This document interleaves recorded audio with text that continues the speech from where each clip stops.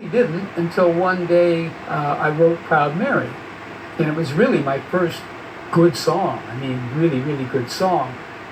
And I was sitting there as, I was probably 80% finished, 85%. And I was aware that at that right then, that it was a really great song, far above me. I just thought, man, this is a classic. It just felt that way. Well, it has become a classic. Right. Which raises the question, so much of your music is timeless. My grandson's high school to college, even they, when I say even they, we're talking the middle of the second decade of the 20th century, about music that was written in the 1960s and 70s. They know the words to all the songs. It's classic. Now, that raises the question, what makes a classic? Oh, yeah. I'm not sure I can put it in words. I just think it's something you feel. And I think millions of people do it that same way. And I'm not sure that you can tell the other person what that is. I mean, to be a very poor science professor, you could say things like, well, economy of words, or a good melody, a memorable melody, something that rings true in your heart, that perhaps that states something you believe. And it touches other people's hearts. And goes for it to be a classic, I suppose you would have to have numbers. Right. So, I mean, I would be very poor at trying to describe it, because I'm not sure it can be described. I sure know you sense it when you hear it.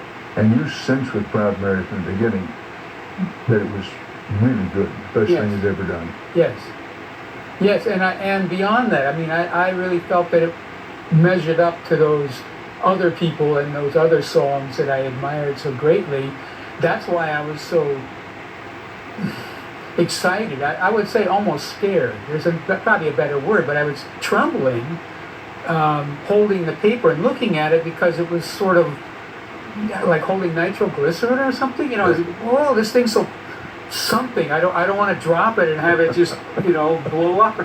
I was very agitated about it, because it hadn't happened to me before. And yet I was darn sure that, this is a classic. Songwriting, you better start to get more organized. So I got this little notebook. And a few days later, the very first title came to me, Proud Mary.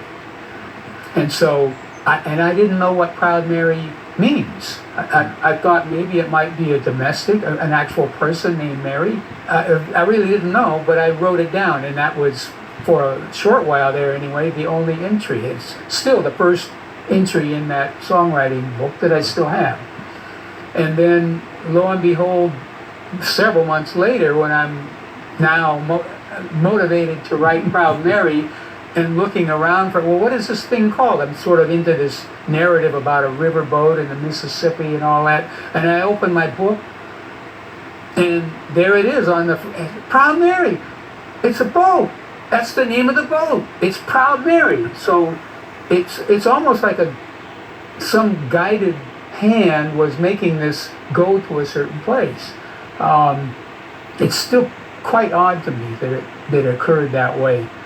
But anyway, to get back to the wonder idea, I knew that covering other people's songs was probably a very short avenue.